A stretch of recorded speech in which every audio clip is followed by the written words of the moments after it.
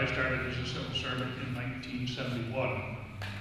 From 1971 through probably close to the first 10 years of my career, I contributed, starting whenever contributions were first required, as every civil servant in this room did, to a plan. I do know at that time there were some concerns from my union to the fact that my employer was not contributing, and in fact they were taking my contributions and spending them elsewhere.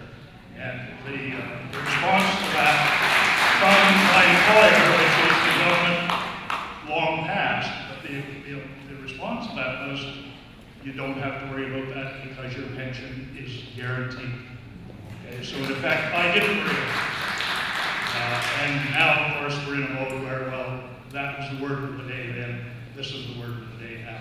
But I guess one thing I would allude to is through that time period, we've gone to 1978. I don't know who did the looking and where the books are, but I would suggest to you that certainly if we're going to move down the road with this, the government has a responsibility to go back as far as they certainly reasonably, if we see it, we can, and include my wages and contributions and theirs, and they should fill whatever they're lacking with whatever came from the time the PSSA came into being until present, or do the best they can to accommodate that 6, 7, or whatever year gap.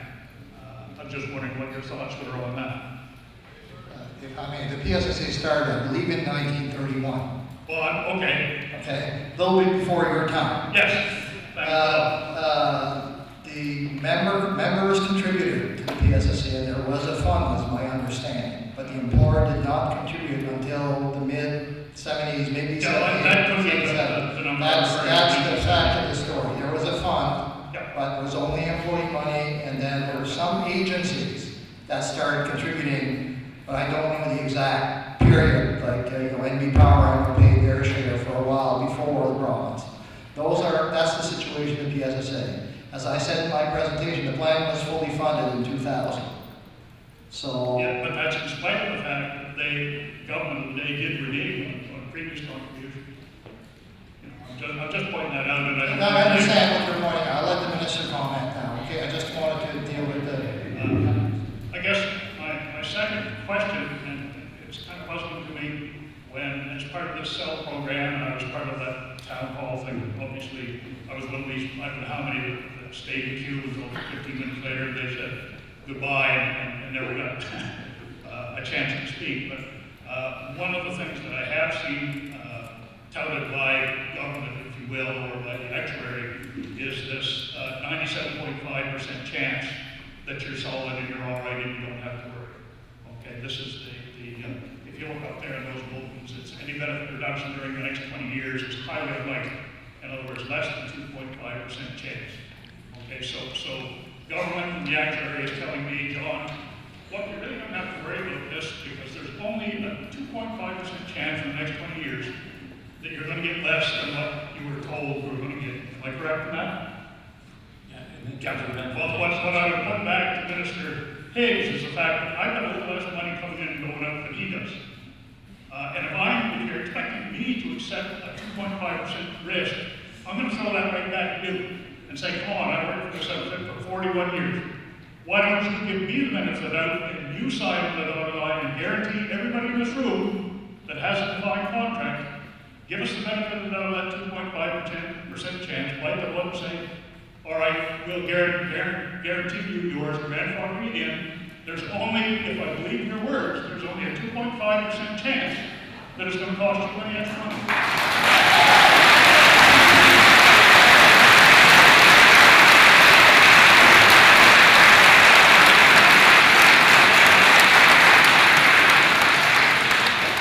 Well, I think that, we're doing analysis on it all.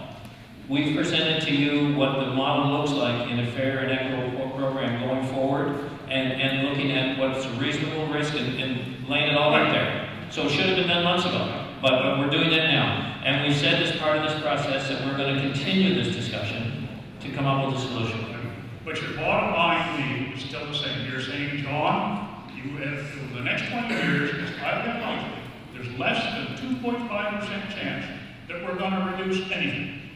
I'm correct in that statement. In terms of any benefit reduction. And my statement back to you is if it's that small a risk, why don't you step forward, honor your contract, and guarantee the people that you've already signed on the dotted line with, that you'll accept that 2.5% chance risk in the next, just give me 20 years, I'll be happy with that. So thanks for your comments, but I think so what I'm hearing there is in terms of understanding what that means, what that will relate to, and so for you, the benefit is of more concern than the index.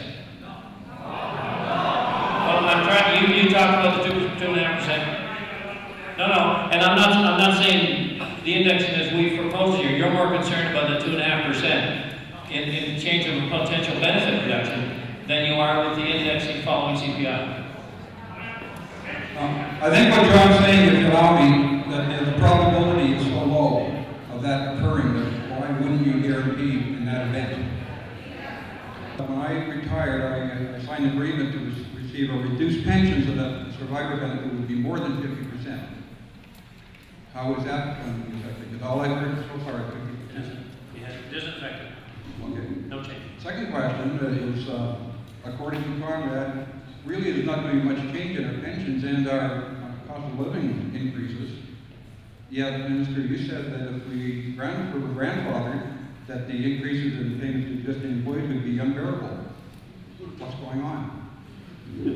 What I'm saying is, in terms of our books, we have $1 billion liability that is in there because of the guaranteed fixed indexing program. And if we follow the market, and if we look at this in terms of how it moves with the market and it pays when the market allows it to pay, that liability that the government currently has to carry on its books isn't required. That helps our deficit situation. That helps our ability to deal with creditors and agencies in terms of our borrowing rates and our go-forward basis. It changes the structural deficit that we have as a province.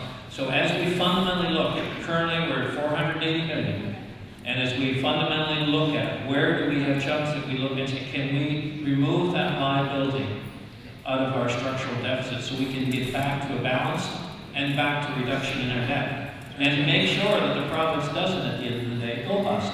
I know none of us think that's a reality here in New Brunswick, and it may not be in our lifetime, but in our current pace, it will be in someone's lifetime. So you're saying this is going to help the Brunswick credit rating? Everything that we're doing, and it's all a piece of getting better at how we say, okay, where's the risk, what's manageable, how do we make changes that are fair to individuals and fair to taxpayers all across the province, but all the while getting control of our spending, which is greater than what we're taking in for revenue. It's just another component. Okay, but I just repeat what I heard before, and I've heard it many times, that grandfather us and just will roll out. My name is Charlie McAdee. I've been retired for 7 years. And every year, once a year, I get in my statement a very well-written and positive and encouraging report from the NB Investment Corporation saying how well the plan has performed in the longer term. And although I'm not an expert, my impression is that on reading it, that things have been pretty good. Somebody's misleading me because either they have been lying or stupid because they didn't have all the facts, or you guys are, because there's a problem. All right, and Charlie, I guess I can answer that in the sense of, and Conrad mentioned earlier, that we, as we have less contributors into the plan, we have to make more secure investment. As you have more people in retirement and longer, you have to make more secure investments. The Investment Management Board has a target of a 4% real rate of return. They've averaged right in that range, so like a 6.6 they've been managing. And they've been managing to that, but that's a low risk portfolio. I mean, you could look at some other plans and they could be getting 10 or 15%, well, I'll say 15 means a lot, but 10 this year was certainly not unreasonable, and some higher than that. And they are in a higher risk. So we could say to them, we want an 8% real rate of return, you're going to have to invest in more riskier situations. That puts the pension plan at risk. What we found is that we're having to make up the shortfall because we're running a risk profile that we feel is fair in order to ensure that we don't put the funding model at risk at all with the pension assets. The issue is not about whether they did or did not. The future is uncertain. That's what the issue is. And how if the world economy doesn't allow them to deliver a 4% real year return, you're going to manage the shortfalls that will arise. Under a share risk model, it's managed through adjustments to indexing. At the extreme, a benefit reduction. In the PSSA, it would have to be managed to either push the deficit down the road and increase the risk, or find substantial extra amounts of money to cover the shortfall. That's the difference between the two. Get that, but once a year we get a report and they are required to give it to us, and it describes their performance. And I realize that their performance is governed by government's priorities.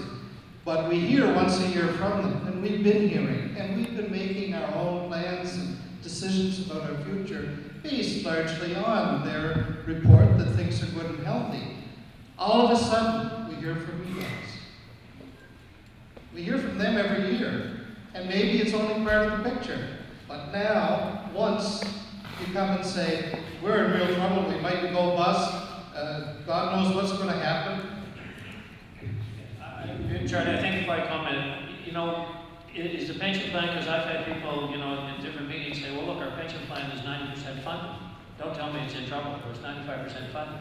And this isn't about Brig today. No, it's not like the other pension plans we talked about earlier that were in a state of unacceptable funding levels. So it isn't at that stage. No, it's not. We could ignore this. We could just go away and pretend that it's not a problem, and somebody is going to have to deal with it. We don't all have these golden paychecks. I don't know anyone who has a golden retiree paycheck. We're not getting what we made when we worked. So, and I've heard that spoke, and I don't know by who, but it was an MLA, which I found kind of funny. But anyway, the other thing that I just heard now is indexing is very important, extremely important. My father retired in 1984, and his first year was his first pension check in 10 years. His first raise, I mean to say. He went 10 years without any increase until a year after he received pension. And he's not alone. That's still happening today. Not everybody's in a union who goes 2 years with nothing and then 3 and 3 and 3. So, and I also have a mother now who's receiving half of his pension.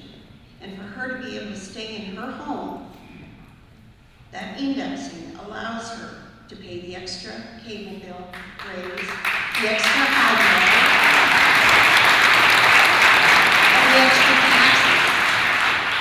We're all paying all these things that we know we need to pay to keep New Brunswick going. We know we need to pay them. We don't want to stop buying. But you've got people out there now that don't know what the heck to do, and they're not buying. At least a few of the people I know, because they don't know what's going to happen. Again, communication. The area around the solutions and the communication, and look, I can only I can apologize if people were offended by former comments and communications that were inappropriate. That's not what this process is about. We know we've been delinquent and late in developing a meeting like this. There's a lot of us involved in it now that weren't involved in it before, and we're here to find a solution.